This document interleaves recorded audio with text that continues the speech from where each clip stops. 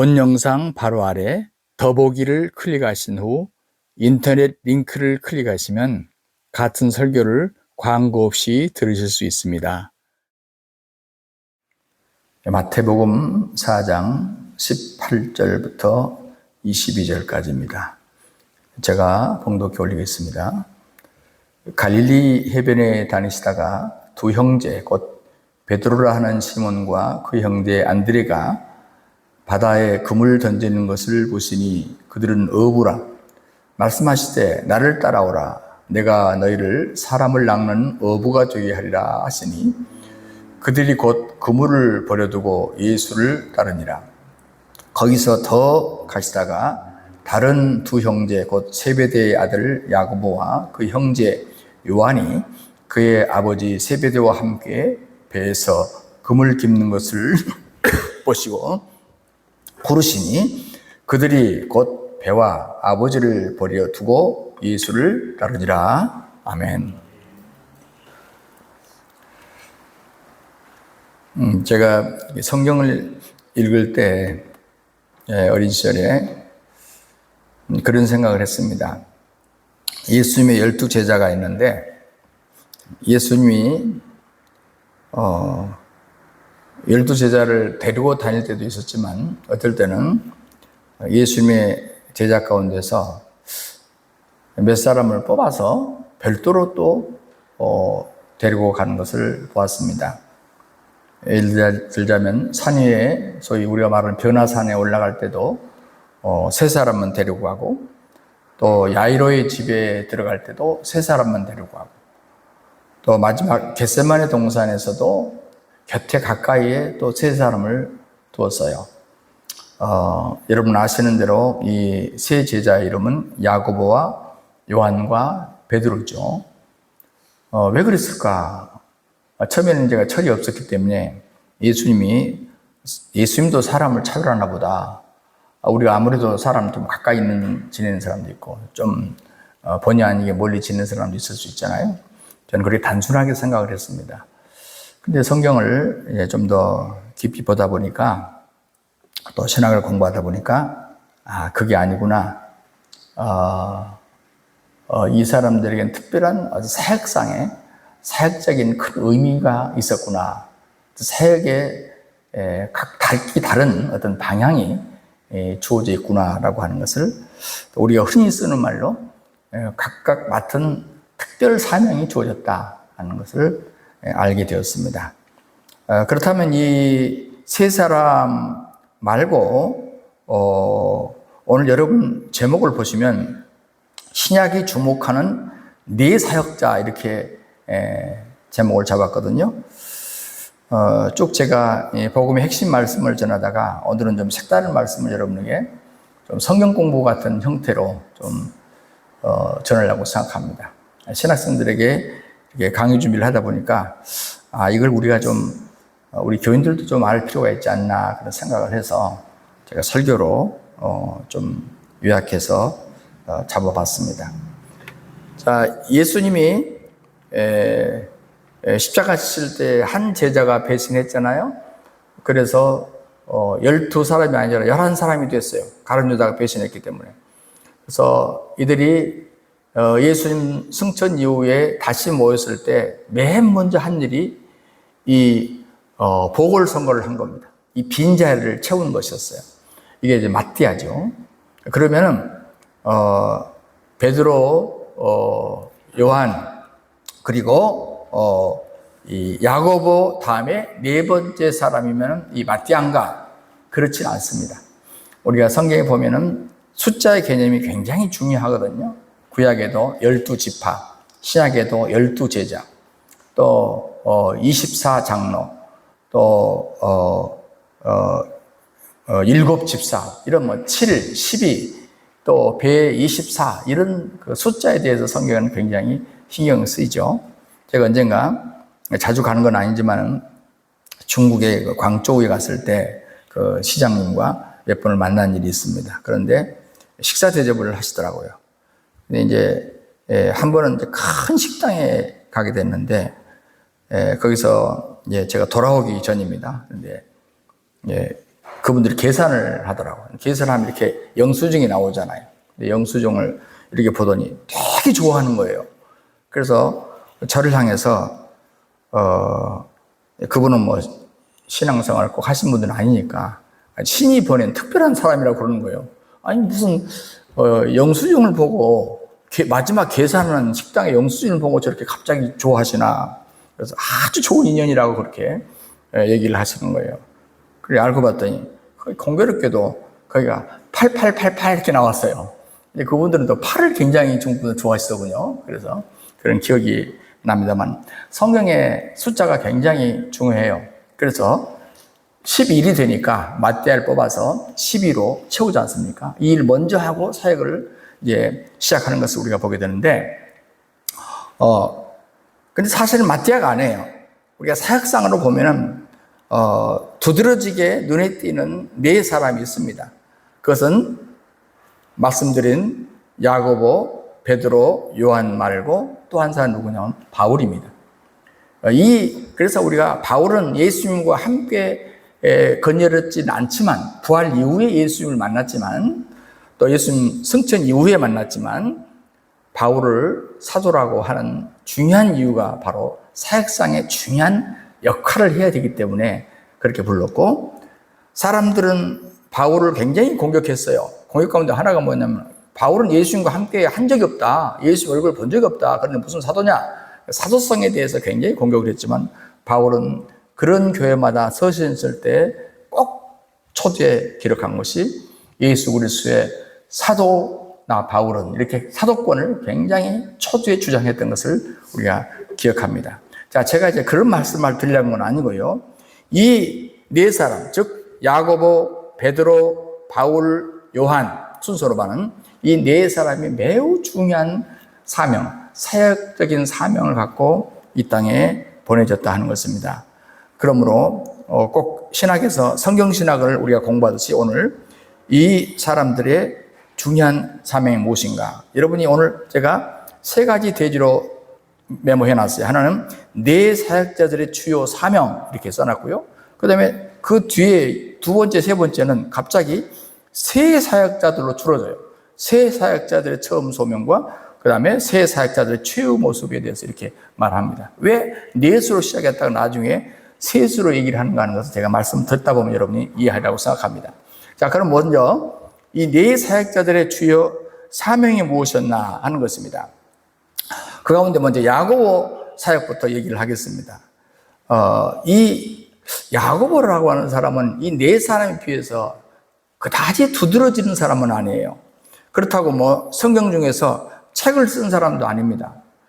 이상한데요, 성경에 야고보서가 있잖아요. 이렇게 묻는 사람이 있겠죠. 그러나 신약 성경의 야고보서는 이 사도 야고보가 쓴 게 아니라 예수님의 육신의 동생 야고보가, 즉 예루살렘 교회의 감독이었습니다. 왜냐하면 강한 예루살렘의 핍박이 임하니까 우선 피하기 위해서 베드로가 주도했다가, 베드로가 수사도이기 때문에 했는데 한 10여 년 피해 있었어요.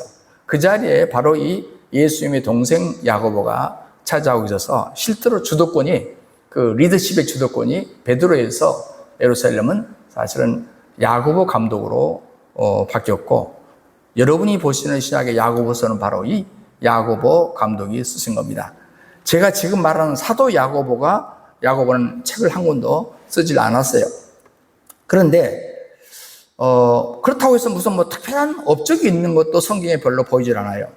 그런데 왜 이 야고보가 중요하냐 하는 것을 기억해야 됩니다. 그것은 뭐냐면 사도행전 12장 1절로 2절에 보면 그때 헤로드 왕이 손을 들어 교회 중 몇 사람을 해하려 하여 요한의 형제 야고보를 칼로 죽이니 그랬습니다. 그 말은 무슨 말이죠? 사도행전에서 첫 순교자가 된 것입니다. 첫 순교자.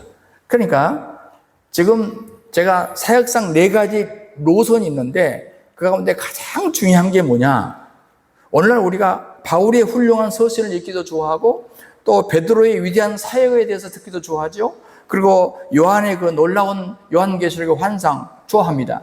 그렇지만 우리 주님 입장에서는 주님의 종 야고보를 잊을 수가 없었습니다. 야곱이 가장 기초를 놔야 했는데 그것은 순교의 피입니다. 여러분, 우리가 사역 그러면 하나님이 일을 하는 것이잖아요.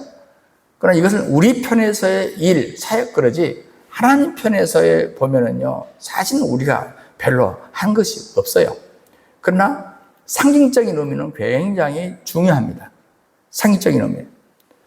그러므로 베드로가 하루에 3,000명, 5,000명을 주님께로 이끌어내고 바울이 곳곳마다 교회를 세우고 신학적인 체계를 세웠지만 만약에 야고보의 고난이 없었다면 주님은 만족할 수가 없는 것입니다. 그 이유는 바로 우리 주님께서 바로 이 땅에 오셔서 버림을 받으셨고 그리고 고난과 함께 사셨습니다. 우리가 이제 한국교회에 그러면 얼른 사람들이 말할 때 저 평양의 대부흥운동 그리고 저 여의도의 빌리그리암 대전도 집회 수백만이 모였던 그 사건들을 우리가 떠오르죠. 한국교회 부흥운동을 떠오릅니다. 그렇지만 대동강변에서 복음 한 번 제대로 전해보지 못하고 발을 딛자마자 목배임을 당했던 토마스 선교사에 대해서는 그렇게 중요하게 생각하지 않습니다. 주기철 목사님의 순교에 대해서는 그 어려움 당한 그 시대에 일제시대에 죽을 수 있었겠다. 손양원 목사님의 순교에 대해서는 그 6.25 사회 때 공산당들에게 그런 어려움을 당할 수 있겠었다 정도지, 이것이 우리 한국교회의 부흥과 한국교회의 세움에 가장 기초가 됐다는 사실에 대해서는 사람들은 그렇게 깊이 생각하지 않는 것과 똑같아요. 여러분, 천주교에서는요, 이게 좀 지나쳐가지고 김대건 신부의 그 순교를 통해서 아예 신학교 이름을 대건 신학교라고 부르더라고요. 요 용산에 가면 사남터 성당이 있죠. 굉장히 어떤 그 순교 자리에 있으면 아주 성역화시키는 그런 일이 있죠. 저는 그것을 좋다라고 지금 말하는 게 아니에요. 그걸 제가 격려하는 건 아닙니다. 그러나 우리는 영적인 세계에 있어서 하나님의 거룩한 교회가 세워지는 과정에 있어서 기초는 피입니다. 순교의 피예요. 이 기초가 없이는, 이 고난이 없이 하나님 교회는 절대 세워질 수 없습니다. 야곱은 어찌 보면 감춰진 사람같이 보입니다. 주님은 왜 야곱을 숨겨놨을까? 심지어 묻어버린 것 같아요. 그러나 이 야고보 사도의 사역의 특징이 매우 중요한 것입니다. 무슨 뜻이냐면, 자, 여러분이 이제 이렇게 매주 이 예배실에 오시면은 별로 신경은 안 써요. 왜냐하면 뻔한 오르간, 뻔한 강대상, 그리고 똑같은 의자, 똑같은 장소 분위기, 그리고 똑같은 피아노, 별로 신경 안 써요. 쓸 일 별로 없죠. 오자마자 그냥 기도하면 돼요. 그런데 만약에 어느 날 여러분이 주일날 왔는데 싹 의자 다 치워지고 이 강대상 하나만 딱 있어요. 그럼 여러분 눈이 어디를 향할까요? 본능적으로. 본능적으로 아무것도 없네? 그것도 생각하지만 강대상이 눈에 딱 띌 거라고 말이에요. 그렇지 않겠습니까? 여러분이 이제 여러분 야고보를 볼 때 그런 생각을 하셔야 됩니다. 고난, 순교라고 하는 특별한 한 가지. 사실 이걸 빼면 야고보에 대해서는 별로 기록된 게 없다고 말해요. 그렇지만은 여러분, 아까 말한 사도행전 12장 1절 2절에 헤로드 왕이 손을 들어 교회 중 몇 사람을 해하려고 할 때 누구를 골랐냐면 요한의 형제 야고보를 골라서 칼로 쳤다 그 말이에요. 그 말은 무슨 말일까요? 여러분, 성경은 일지가 아니에요. 모든 내용을 다 기록한 게 아닙니다. 딱 구원사에 필요한 몇 가지만 골라서 기록했어요. 인물도 마찬가지입니다. 그런데 이 야고보에 대해서는요, 여러분, 헤롯이 수많은 사람을 왜 죽이려고 했겠어요? 중에서 왜 번데기란 말이 표준말인가 사투리인가 모르겠네. 번데기로 야고보를 선택했다는 얘기는 야고보가 두드러졌다는 얘기일까요? 두드러지지 않았다는 얘기일까요? 당시에 굉장히 두드러졌다는 얘기입니다. 그리고 나서 그 다음에 보면요, 베드로를 또 죽이려고 해요. 왜냐하면 야고보를 딱 죽이고 보니까 너무 사람들 좋아하는 거야. 그래서 베드로를 죽이려고 했다고 나오거든요. 근데 베드로는 죽지 않아요. 하나님 살려요. 성경에 기록하지 않아서 그렇지 야고보의 활동이 굉장했다는 얘기입니다. 그런데 성경은 다 빼고 순교한 얘기 딱 하나만 딱 기록했어요. 왜? 이 사건이 그렇게 중요하기 때문에. 앞으로 세워질 하나님의 교회에 이게 바로 기초가 되기 때문에 그래요. 그래서 야고보가 매우 중요한 것입니다. 그렇습니다. 우리는 고난을 통해서만 모든 것을 이겨낼 수 있고 하나님의 영원한 목적을 완성시킬 수가 있습니다. 그래서 우리가 그리스도와 함께 고난받기를 꺼려하는 사람은 그분과 함께 높임 받으리라고 기도해서는 안 됩니다. 로마서 8장 17절에 아주 사람들이 좋아해요. 자녀면 또한 후사고 하나님의 후사가 되고 그리스도와 함께 후사이니. 야, 우리가 하나님의 예수님의 후사가 뭐죠? 상속자란 말 아닙니까?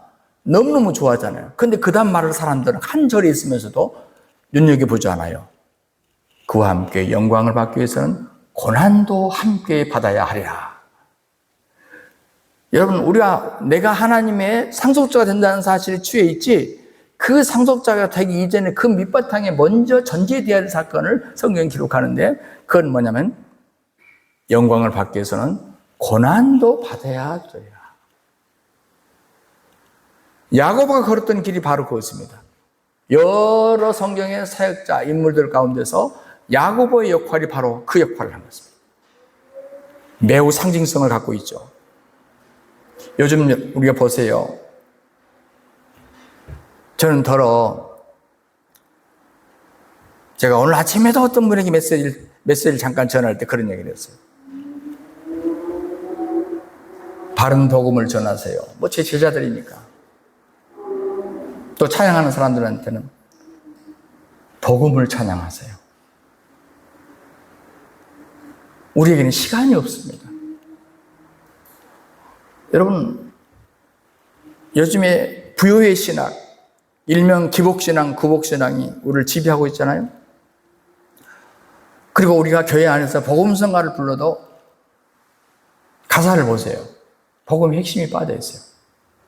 감성을 터치한 거. 그래서 찬양을 부른 사람들이, 리더자들이 눈물을 흘려요.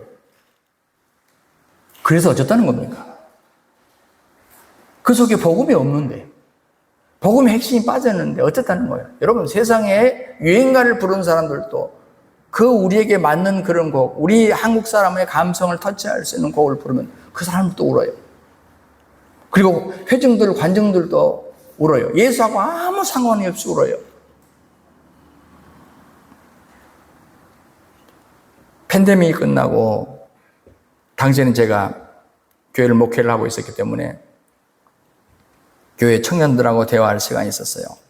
그리고 담당 교육자로 대화할 시간이 있었어요. 아이들 얼굴이 빛이 지금 굉장히 긴장했는 거예요. 그래서 제가 이 대화를 하다가 뭘 알게 됐냐면 그 지방의 큰 교회들의 팬데믹이 끝나고 이제 본격적으로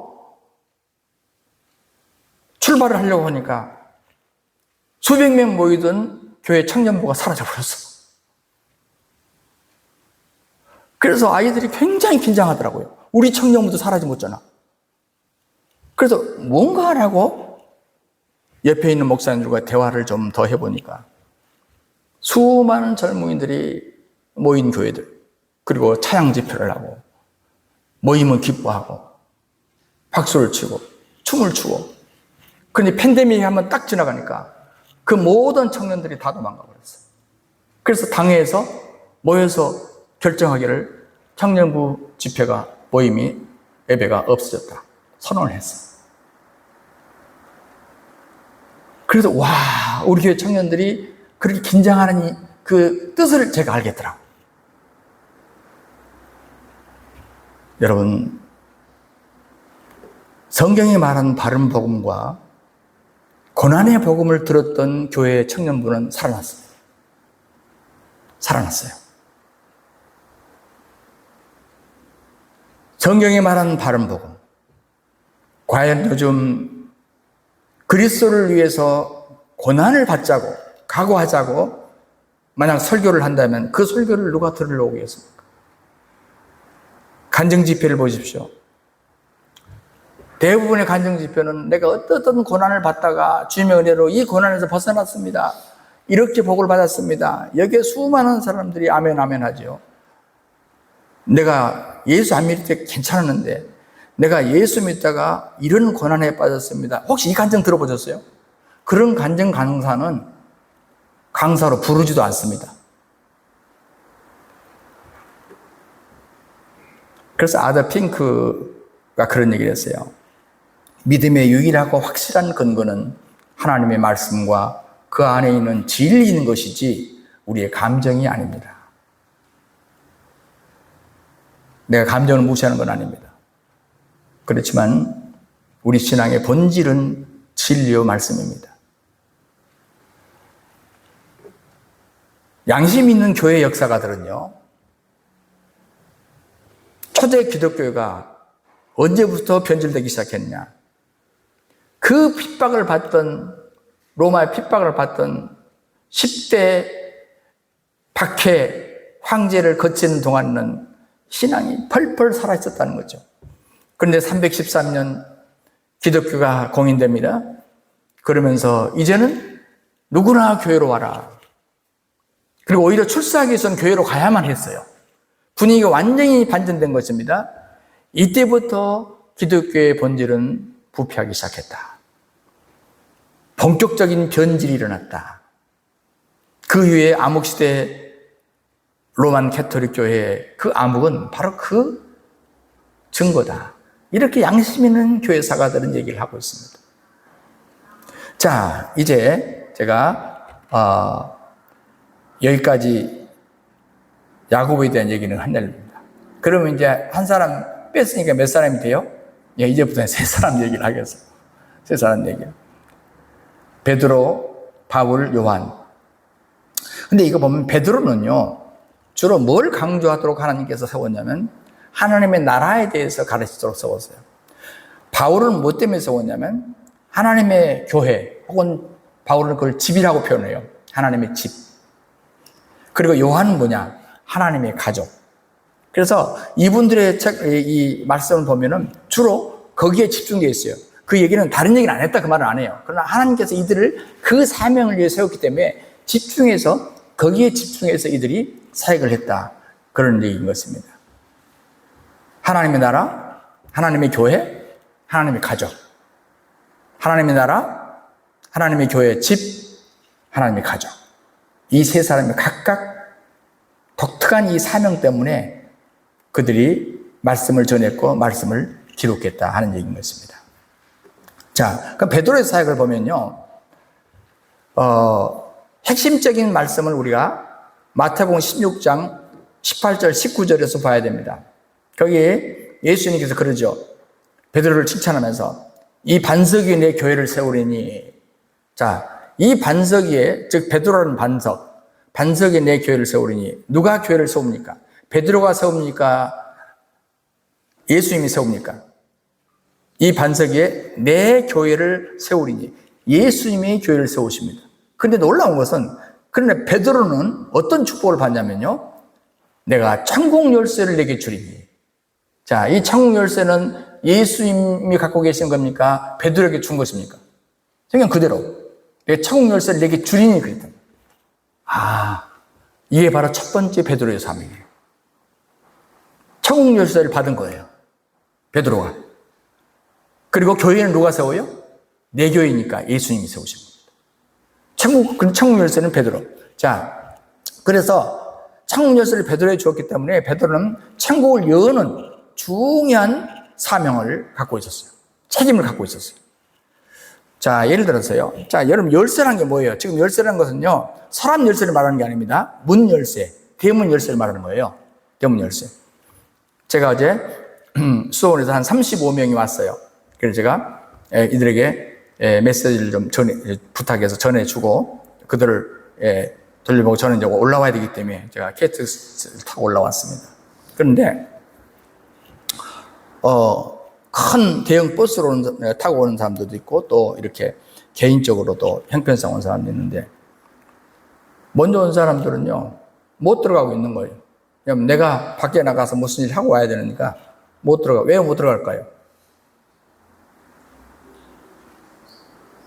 무서워서요? 예, 열쇠를 내가 갖고 있거든. 내가 열쇠를 열어야 그 다음 사람들이 다 들어오는 거예요. 그런 뜻이에요. 그러니까 베드로가 맡은 사명은 뭐냐면 많은 사람이 천국에 지금 들어오도록 준비를 하고 있어요. 하나님 택한 백성들이. 그런데 베드로가 먼저 키를 열도록 하나님께서 특별한 은혜를 주셨어요. 특별한 은혜. 예, 우리가 천국은 무엇인가? 이것은 영적인 세계에서 우리가 표현할 때 하나님의 통치와 다스림입니다. 영적인 세계에서. 천국이라 그런 말은 뭐냐면 나라잖아요. 하나님의 나라, 천국. 천국은 뭐예요? 나라가 구성되려면 뭐예요? 땅이 있어야 되고 주권이 있어야 되고 그다음에 뭡니까? 백성이 있어야 되고 뭡니까? 주권자가 있어야 돼요. 주권자가 있어야 돼요. 그런데 바로 통치가 있어야 된다 그 말이죠. 베드로는 그 나라, 천국을 지금 증언하고 있는 것입니다. 그런데 요한복음 3장에 진실로 너에게 이르노니 사람이 물과 성령으로 나지 않으면 하나님 나라, 즉 천국에 들어갈 수 없다 그랬어요. 자, 물과 성령으로 거듭나지 않으면 하나님 나라, 천국에 들어갈 수 없다 그랬단 말이에요. 그렇기 때문에 그러면 천국에 들어가려면 키를 열어야 되는데 바울이 키를 열어야, 죄송합니다. 누구죠? 베드로가 키를 열어야 되는데 그 하나님 나라를 거듭나지 않으면 들어갈 수 없어. 근데 그럼 그 키를 열려면 거듭나게 해야 들어갈 수 있잖아요. 그래서 바로 베드로는 어떻게 합니까? 바로 오순절의 첫 메시지, 천국 열쇠로서의 첫 키를 돌리는 그 첫 메시지가 뭐냐면 회개요, 세례입니다. 이게 천국에 들어갈 수 있는 키예요. 회개요, 세례. 그럼 베드로가 오순절 날에 바로 이 열쇠를 사용한 것입니다. 그래서 하나님 나라에 들어가는 거예요. 그러니까 어떻게 해요? 베드로가 설교를 딱 한 편 하면 몇 명이 뭐예요? 대기하고 있다가 한번 상상해 보세요. 하나님 나라에 들어가려고 밖에 다 대기하고 있다가 베드로가 키를 딱 여는 순간에 몇 명이 모였어요? 몇 명이 회개와 방금 말했죠. 회개와 세례란 말했잖아요. 몇 명이요? 3,000명씩, 5,000명씩. 왜? 그의 사명이기 때문에 그래요. 베드로의 사명이기 때문에. 그럼 그 오순절 날 3,000명, 5,000명, 그때는 다 뭐 주변에서 유대인들입니다. 유대인들이 들어왔어. 막 천국으로 막 몰려 들어온 겁니다. 문을 팍 여니까, 예, 막 몰려 들어온 거예요. 이런 역사. 왜? 베드로기 때문에 그러는 거예요. 제가 나가서 설교하면 3,000명이 온 게 아니라 한 사람도 안 와요. 그런데 베드로는 사명이 이르기 때문에 하나님께서 그렇게 몰아줘요. 자, 보세요. 그럼 이걸 끝났냐? 그런데 사실은 성경에 마태복음 8장 11절에 보면 너에게 이르노니 동서로부터 많은 사람들이 이르러 아브라함과 이삭과 야곱과 함께 천국에 앉히려니와 그랬어요. 자, 천국에 동서로부터 많은 사람들이 아브라함과 이삭과 야곱과 함께. 자, 아브라함, 이삭, 야곱은 뭐예요? 유대인이잖아요. 근데 이 사람들과 함께, 그러니까 뭐예요? 동서로부터 많은 사람은 뭐예요? 유대인 아닌 사람 그 말이죠. 그러니까 천국에 유대인만 들어온 게 아니라 누구도 들어온다? 유대인 아닌 사람도 들어오고 있어 그 말이에요. 그러니까 어떻게 해야 되냐?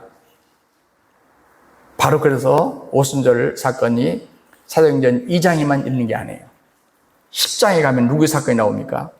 고넬료 사건이 나옵니다. 고넬료는 뭐예요? 저 이방에서 온 사람, 장교예요. 코넬리우스. 이방 코넬리우스, 장교예요. 그런데 이 사람에게 성령께서 베드로를 초청해라. 가정 부흥을 내라. 베드로가 가려고 그러겠어요? 이방인들한테 당신은요? 안 가요. 이방인들하고 유대인들하고 전혀 다르다고 생각하고 있었어요. 그때까지만 하다 베드로가. 그런데 베드로에게 환상을 주십니다. 그렇게 해서 가게 하죠. 놀랍지 않습니까? 그래서 이방인이 놀랍게도 똑같은 성령이 그 집에 임해가지고 똑같이 이방인도 무슨 할례를 받는 것도 아니에요. 그런데도 구원받는 역사가 일어났어요. 이제는 키가 어디까지 열렸습니까? 이방인까지 키가 열렸어요. 아니, 키를 돌렸어요. 문이 열렸어요. 그래서 10장 사건이 매우 중요한 거예요. 하나님은 그렇죠. 어떨 때 뭔 일을 준비시키거든요. 그러니까 모세의 사명 어디까지입니까? 요단강까지예요. 그리고는 밧동이 여호수아에게 넘어가잖아요. 그 베드로도 이제는 사명이 곧 끝나가요. 그러니까 하나님께서 이스라엘 백성들을 애굽에서 해방시키기 위해서 모세를 준비시킨 것처럼 준비시켜야 돼, 누군가를. 계속 이어갈 사람을 준비시켜야 된단 말이에요. 그래서 10장 앞에 9장에서 어떤 사건이 일어나냐면 사도 바울이 회심하는 사건이 일어나는 것입니다. 뭐 때문에요? 바로 베드로의 사명이 여기까지이기 때문에 베드로의 사명을 이어가기 위해서는 이제 사도 바울이 준비되어야 되는 것입니다. 그래서 9장에서 회심 사건이 일어나는 겁니다. 이렇게 해서 바울은 이제 베드로의 사역을 이어갈 수가 있었던 것이죠. 자, 다시 이제 베드로 얘기를 좀 다시 해보겠습니다. 주님이 이 고넬리오스 집으로 초청을 했을 때, 이방인 그 고넬리오스 집에 가는 걸 꺼려 했지만, 환상 중에 베드로가 큰 보자기가 있는데 그 보자기 속에 거기 뭐 각색 밝아진 그 짐승들, 기는 짐승들, 또 공중에 나는 새들이 그 보자기 속에 들어있는 거예요. 우리는 잘 모르지만 유대인들은 그걸 다 알아요. 뭔 뜻인지 그냥 알아요. 환상만 봐도 알아요. 그들의 문화권 속에 있기 때문에.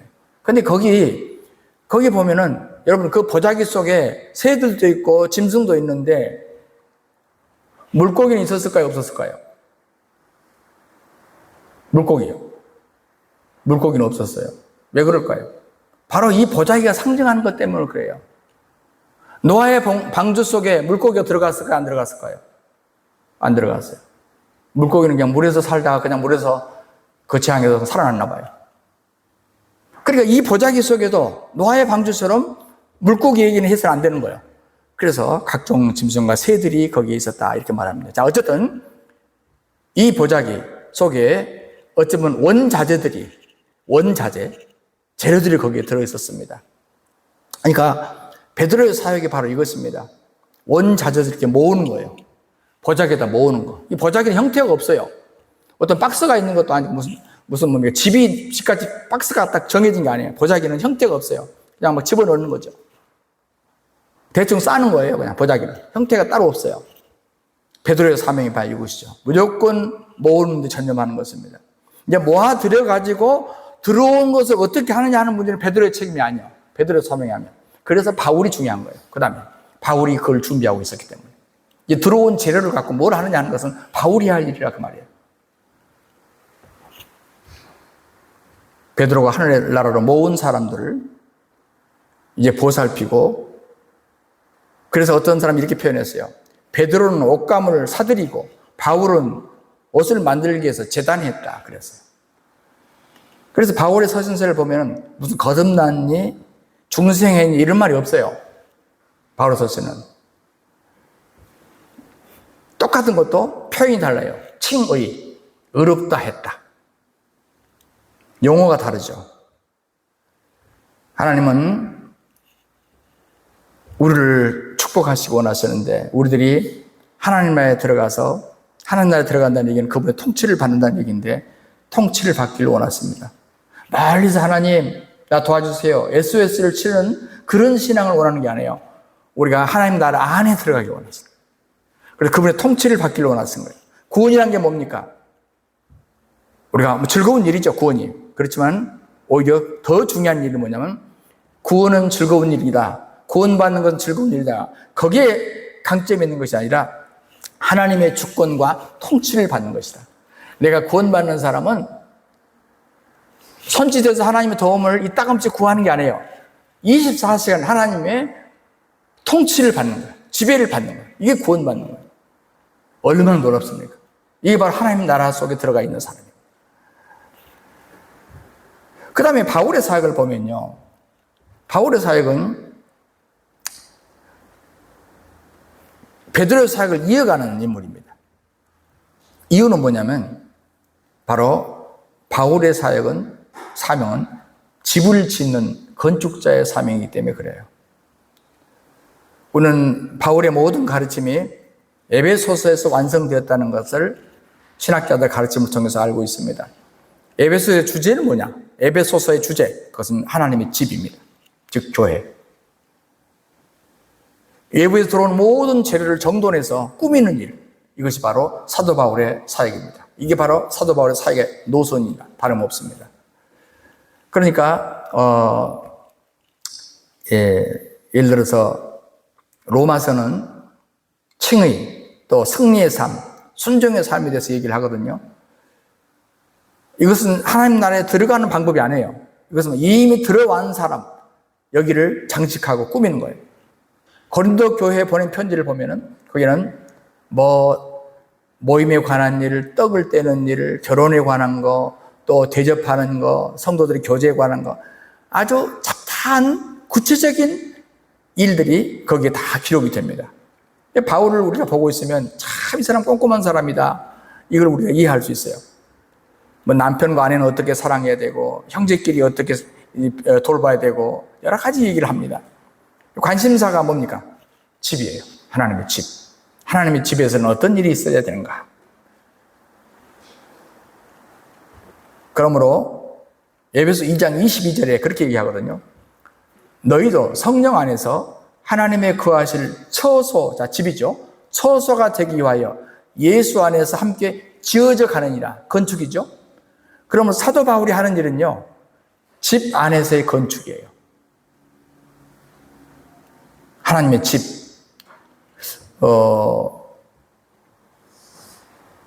우리가 베드로가 기초를 닦는 사역이라면 바울은 세우는 사역이었다. 이렇게 얘기할 수 있는 것입니다. 중요한 사역이죠. 그럼 요한의 사역은 뭔가? 요한은 하나님의 가족입니다. 그래서 성경에 보면은 요한이 쓴 책에는, 또 요한이 쓴 복음 서신사에는 무슨 단어가 많냐면 생명이라는 단어가 굉장히 많습니다. 생명. 본질적인 단어입니다. 특징은 뭐냐? 바로 신앙의 퇴보, 후퇴, 또 영적인 타락 다음에 회복에 관한 얘기를 바로 요한이 하기 때문에 그렇습니다. 왜 그러냐면 우리는 그때 돌아가지 않아, 그 2000년 전으로 돌아가 보지 않아서 잘 안 봤지만 성경에 이렇게 엿보이는 것은 뭐냐면 당시에 많은 거짓 선지자들과 적그리스도가 일어났습니다.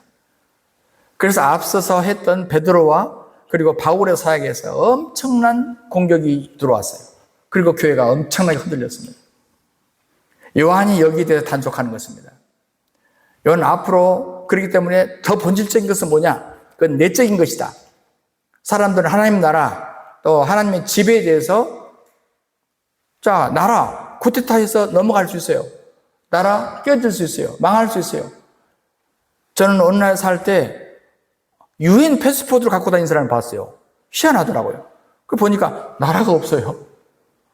나라가 없어서 대신 유엔 패스포드를 줘서 이렇게 방황하고 있더라고요. 이런 사람도 봤어요. 여러분, 집이요? 집 무너질 수 있어요. 그러나 무너질 수 없는 게 있습니다. 생명입니다. 이건 생명은 방법이 없어요. 쫓아내도 그 생명은 생명이고, 무너져도 그 속에 들어있는 사람 생명은 생명이에요. 그래서 요한은 생명에 대해서 얘기를 하는 것입니다. 생명에 대해서. 우리가 이제 신약 성경을 보다 보면은, 세 가지 그 사역의 노선이 분명하거든요. 하나는, 마태복음, 마가복음, 베드로 전후서랄지 히브리서를 보면은 하나님 나라에 대해서 분명하게 얘기를 합니다. 그리고 우리가 바울 서신을 보면 하나님의 집인 교회에 대해서 분명하게 선을 그어주고 설명을 합니다. 그리고 요한 서신을 보면은 소위 하나님의 가족에 대해서 얘기를 하는 것입니다. 그렇다면 이 세 사역자들의 처음 하나님 앞에 부름받을 때 그 소명을 좀 보실 필요가 있어요. 처음에 베드로를 보십시오. 베드로는 요한과 베드로가 부름을 받았을 때 뭐 했습니까? 그들이 하고 있는 그 일이 예증이 되는데요. 뭘 했습니까? 베드로는 그때 그물을 던지고 있었습니다. 그물을 던지고 있을 때 우리 주님이 그를 불렀습니다. 그러면서 하는 말이 내가 사람 낳는 업으로 만들 것이다. 그래서 사람들에게 그물을 던지게 될 것이다 얘기했어요. 과연 베드로는 아까 제가 말씀드린 대로 유대인들의 담을 부수고 길을 열어주고 이방인들에게 담을 부수고 하나님 나라의 문을 열어준 첫 번째 사람. 그래서 정말 앞서가서 그물을 내던지는 그런 사역을 잘 감당을 했습니다. 그런데 보면은요, 이런 표현이 있어요. 베드로가 너무 고기를 많이 잡아가지고 당길 때 그물이 찢어지는지라 그런 말이 있죠. 그 그물이 찢어졌단 말은 무슨 말이에요? 수선이 필요하다 그 말이에요. 그래서 요한을 부를 때는 고기를 잡다가 부른 것이 아니라 요한은 그물을 깁다가 부름을 받았다 이렇게 나와요. 자, 좀 이따 제가 설명을 하겠습니다. 그게 무슨 의미인지. 자, 두 번째, 하나님이 바울을 부르셨을 때 뭘 했나? 여러분 잘 아시죠? 다메섹에서 갑자기 바울이 거꾸로졌어요.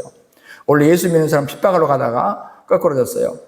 그때 주여 누구십니까? 라고 질문한 장면이 있죠. 그 다음에 그가 이제 직가라는 동네에 들어가서 주여 무엇을 하리이까? 사도행전 22장 10절에 나와요. 무엇을 하리이까? 예, 무슨 일을 내가 해야 됩니까?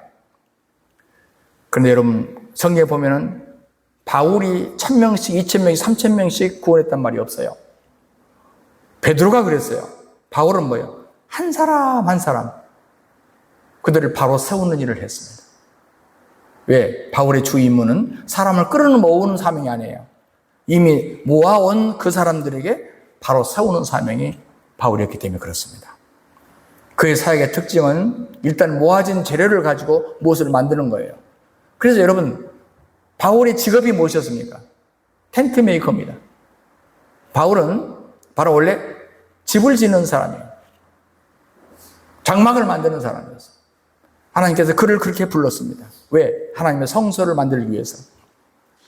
보자기에 끌어들이는 베드로와 달리 바울은 큰 보자기로 성소를 만드는 일을 하는 것입니다. 사명이 다르다 그 말이에요. 그렇다면 이 두 사람의 사역에 대해서 우리가 어떤 사람들이 태도를 취했는가? 참 불행한 일이지만요. 우리는 베드로가 성공했다, 바울이 성공했을 것이다 이렇게 생각하잖아요. 전혀 아닙니다. 우리가 성경을 보면요, 성경 자체를 보면 우리는 결과론적으로 지금 보는 거지, 지금의 입장에서 베드로를 보고 바울을 보는 거지, 그때 베드로와 바울 당시에는 비참했습니다. 왜냐하면 베드로가 쓴 책이 베드로 전서와 베드로 후서예요. 근데 베드로 후서를 보면 이미 거짓 선자가 일어났다고 나오고요. 2장에 베드로 3장에 보면요, 사람들이 베드로를 혐오하고 무시해요. 그러니까 어찌 보면은 베드로가 이 베드로 후서를 쓴 이유는 뭐냐면 베드로 전서를 썼을 때 너무 문제가 많아서 이걸 수습하기 위해서 베드로 후서를 즉시 보낸 거예요. 베드로가 사역할 당시에 그 사태, 오늘날 20세기는 어떨까요? 오늘날 정말 하나님의 나라를 증거하는 사람들이 얼마나 많이 있을까? 하나님의 나라를 선포했을 때 사람들이 얼마나 환영할까? 이 시대는 딱 한마디로 말하면 베드로 시대와 똑같이 유토피아 사상을 강조하는 거예요. 세상은 멋지고 아름답고 즐거운 세상, 또 즐길 수 있는 세상. 물론 이름은 달라요. 시대마다. 그럼 한마디로 말하면 그때 시대에 말하면 유토피아 사상이에요. 이런 모든 현상이 베드로 당시 이미 발생했고 오늘날도 똑같이 이 진리가 난무하게 될 것입니다. 바울은 어땠을까요? 말년에. 바울은 성경에 보면요, 죽기 전에 마지막 쓴 서신이 디모데 후서라고 말하거든요. 그런데 디모데 후서 1장 15절에 아시아에 있는 모든 사람이 나를 버린 일을, 당시에 그 지역, 바울이 활동하던 지역이 당시에 아시아 지역입니다. 아시아 지역의 모든 사람이 나를 다 버렸대요. 여러분, 많은 사람들이 바울이 맨날 갇히고 맨날 어려움 당하고 맨날 죽을 뻔하고 이걸 보고서 옆에 사람들이 견디질 못하는 거예요. 못 참아요. 그래서 아이고 큰 기대를 했더니 별것 없구만. 다 터졌어요. 다 터졌어요. 안타깝게도. 빌립보서는 여러분 바울이 노년에 쓴 책입니다. 감옥에서 쓴 책이에요. 거기 빌립보 2장 21절에 저희가 다 자기 일을 구하고 그랬어요. 그러니까 여러분, 당시에 사람들이 이 사도님이 전하는 것을 받아들이지 못할 뿐만 아니라 전부 너무 자기 일이 급해, 자기 일을 구하고 자기 일이 바빠. 그래서 사도를 도와줄 수가 없었어요. 여러분, 제가 한 40년 사역을 했고요, 또 이렇게 배우는 사역 빼고 하다 보면 한 30년 했다고 봐야 되지 않겠습니까? 근데 제가 사역을 하면서 세월이 지나면서 늘 느끼는 것이 뭐냐면 정말 하나님 일을 돕고자 하고 적극적으로 나서는 사람은 극히 드물다. 그리고 내가 그럴 사람이라고 생각했지만은 시간이 지난 다음에 다른 사람을 통해서 들어보니까 그게 아니야. 내가 세웠던, 내가 하려고 했던 그 프로젝트를 그분이 아무도 모르게 방해했던 거야. 이런 것을 많이 경험해 봤어요. 그래서 제가 성경을 이해하게 됐습니다. 아, 그렇구나. 이게 상처받을 필요가 없구나. 원래 베드로 사도님도, 원래 바울 사도님도 그 시대에 그랬구나라는 걸 제가 배우게 됐어요. 그래서 상처를 안 받았어요. 그러니까 나중에는요, 그 서신들을 보면은 믿는 자들에게 뭘 부탁하냐면 마지막 이단의 침임을 부탁합니다. 그 속에는 여러 가지 포함되어 있어요. 얼마나 심각했으면 이런 말을 막 노골적으로 했겠습니까? 주님이 요한을 부르셨습니다. 종국에서는 바울과 베드로가 죽을 무렵에 왜 하나님께서 요한을 오래 살게 하셨나 여러분 이해하셔야 돼요. 오래 살고 하기 싶어서가 아니라 요한이 마무리를 해야 되기 때문이에요. 마지막 요한계시록까지 써야 되기 때문에요. 오래 사셨어요. 다 순교했는데도 오래 살리셨어요. 요한이 기록한 요한계시록 2장, 3장 여러분 요한계시록이 출발하잖아요. 거기 보십시오. 그 소아시아 7교회가 어떤 형편인가 여러분 보시죠. 그 시대입니다. 이미 베드로와 바울을 거쳐온 그 시대에 지금 요한이 살아있는, 버젓이 살아있는 그 시대에 소아시아의 교회 형편을 보세요. 7교회. 엉망입니다. 에베소 교회부터 책망한 거 보십시오. 이미 너희들이 몇십 년 되지도 않는데 첫사랑을 다 버렸다. 그 뜨거웠던 에베소. 바울이 세웠던 그 교회가 첫사랑을 이미 버렸다니까요. 그 시대에. 그러면서 계속 책망이 이러는 거 보십시오. 그 시대에 요한이 마지막 카드로 주님께서 요한을 꺼내신 거예요. 마지막 카드로. 내적인 역사를 강조하기 위해서. 그래서 요한 사도는 자꾸 하나님의 관계에서 아버지와 아들 관계, 그런 관계로 계속 얘기를 합니다. 여러분 이제 보면은 누가복음은 족보를 아담으로부터 이렇게 하잖아요. 마태복음은요, 아브라함과 다윗부터 하죠. 아브라함부터 하죠. 시작합니다. 근데 요한복음은 어떻게 해요? 요한복음은 태초에 말씀이 계시니라. 거꾸로 돌아가는 겁니다. 뒤에 치가 다 무너졌기 때문에 이제는 뭐냐? 원점으로 다시 돌아가는 거예요. 그래서 앞으로 거꾸로 올라가서 태초에 말씀이 누굽니까? 예수 그리스도예요. 예수 그리스도부터 다시 시작하는 거예요. 이게 요한의 핵심입니다. 여러분 밑에는 아무리 흔들어놔도 위에는 다 흔들어놔도 아주 밑에 있는 그 기본 뿌리, 그 생명은 어떻게 흔들 수가 없잖아요. 그래서 요한은 태초에 말씀이 계시니라부터 시작을 해요. 그래서 요한 서신서나 보면은 생명, 빛, 사랑 이런 단어를 많이 쓰는 것을 보게 됩니다. 바울과 베드로의 사역이 불필요했다 그런 뜻은 아니에요. 다 타당성이 없다 그런 뜻은 아니에요. 그러나 바로 요한은 그물을 기울 때 주님께서 부르셨다 하는 그 얘기는 다 걸레처럼 너덜너덜해지는 그 상태를 꾸미는 사역을 바로 요한이 해야 되기 때문에 요한의 사명이 그것이기 때문에 그렇게 불렀다 그 말이에요. 그러므로 그물 깁는 이 사역을 통해서 그것은 여러분 그물을 기웠다는 얘기는 새로운 것을 갈아치웠다는 얘기일까요? 옛날 것을 수선했다는 얘기일까요? 예, 새로 한 게 아니에요. 이미 있던 것을 허술했던 부분을 다시 끼워가지고 꾸며가지고 다시 수선해가지고 하나님 교회를 다시 세우는 일을 바로 요한께서 하시는 것이죠. 그래서 요한 1서 2장 21절에 그런 표현을 해요. 너희가 진리를 알지 못함을 인함이 아니라 너희가 알물 인함이라. 아니 진리를 다 안다면서요. 그 말은 무슨 말입니까? 너희들이 진리를 이미 알고 있는데 알면서 잊고 있다. 잊어버리고 있다. 기억을 새롭게 해라 그 말이죠. 바로 그는 이런 그물 깃는 작업을 했던 것입니다. 그러면 이 세 사람이 마지막 결론적으로 최후 모습은 어떤 모습이었을까요? 마지막으로 이 인물들 결론을 보면은 제가 성경 구절로 하나씩 되겠습니다. 시간상. 첫째, 베드로의 최후에 대해서는 요한복음 21장 18절에 남이 내게 띠띠우고 원치 아니하는 곳으로 데려가리라 그랬어요. 그러면서 성경에는 그의 그 어떠한 죽음을 당할 것을 죽음에 대해서 말을 하고 있습니다. 그러니까 자 보세요. 베드로가 전설에 의하면 정말 장엄한 최후를 맞이하죠. 머리를 거꾸로 하고 십자가에 못 박혔다고 하지 않습니까? 마지막 죽음을. 그래서 구어 어디로 마디스 가십니까? 도미네 주여. 유명한 장엄한 죽음을 구어 마디스 도미네 죽음을 맞이했다고 역사가들이 얘기를 하고 있습니다. 영화로도 만들어졌습니다. 그런데 사실 이제 지금 19세기가 지나버렸어요. 지금 이제 이 시대에 우리가 로만 카톨릭 제도를 보십시오. 바로 베드로가 제1대 교황입니다. 교회의 아버지. 성 베드로 성당, 교황 성좌.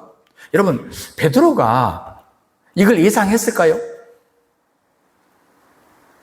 그리고 베드로를 그렇게 축기 올릴 때 베드로가 예 고맙습니다 하고 그 자리에 올라갔을까요? 예. 사람들이 띠띠고 네가 원치 않냐는 대로 끌고 가리라 맞아요. 베드로는 자기가 원하지도 않는 그 일을 지금 교회를 통해서 정치인들을 통해서 이용당하고 있는 것입니다. 이게 베드로의 그 이후의 실체예요. 여러분 우리가 구원받고 기뻐하는 것이 정말 중요한 일이지만 또 자유를 경험하는 일일 수도 있지만 그러나 또 한 가지 중요한 것은 구원받는다고 하는 것은요 단순히 내 즐거움, 개인적인 즐거움만이 아니에요. 우리가 원하는 대로 되는 것도 아니에요. 도리어 그것은 주님의 백성을 하나님의 주권 아래 복종시키는 것입니다. 그러므로 우리 마음대로 안 돼요. 하나님께서 우리 앞을 어떻게 할지 잘 몰라요. 베드로도 자기가 원치 않는 방법으로 띠띠고 가요. 오늘날도 마찬가지예요. 모든 교회들이 베드로를 그렇게 이용해요. 바울은 마지막 어떻습니까? 사도행전 28장 30절에 바울이 자기 셋집에 유하며 그랬습니다. 전에는 뭐 에베소에 가서 설교도 하고 고린도에 가서 설교도 하고 아테네에 가서 설교도 하고 자기가 원하는 곳에 주소지를 세워놓고 그렇게 할 수 있었어요. 그러나 이제는 마지막에는 가택연금 상태에서 셋집에 유합니다. 자기 집도 안 해요. 마치 예수님이 여우도 집이 있고 그렇잖아요. 새끼들 자리도 있는데 마지막 예수님은 무덤 자리까지 없어가지고 아리마대 요셉 곳을 3일간 빌렸었지 않습니까? 있을 곳이 없어서. 지금 마지막에 바울의 모습을 보십시오. 권력자들이 그를 마음대로 주무르고 감옥에 쳐넣어버리고. 지금은요, 저는 그런 생각을 합니다. 사도 바울을 좀 바울 사도님 만납시다 이래가지고 그렇게 서로 만났어요. 요즘은 안 돼요.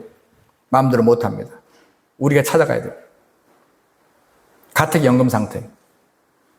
그래서요, 여러분이 바울은요, 다른 서신, 다른 복음서와 달리 바울에 대해서는 우리가 성실하게 열심히 전념해서 연구하지 않으면 바울을 못 만납니다.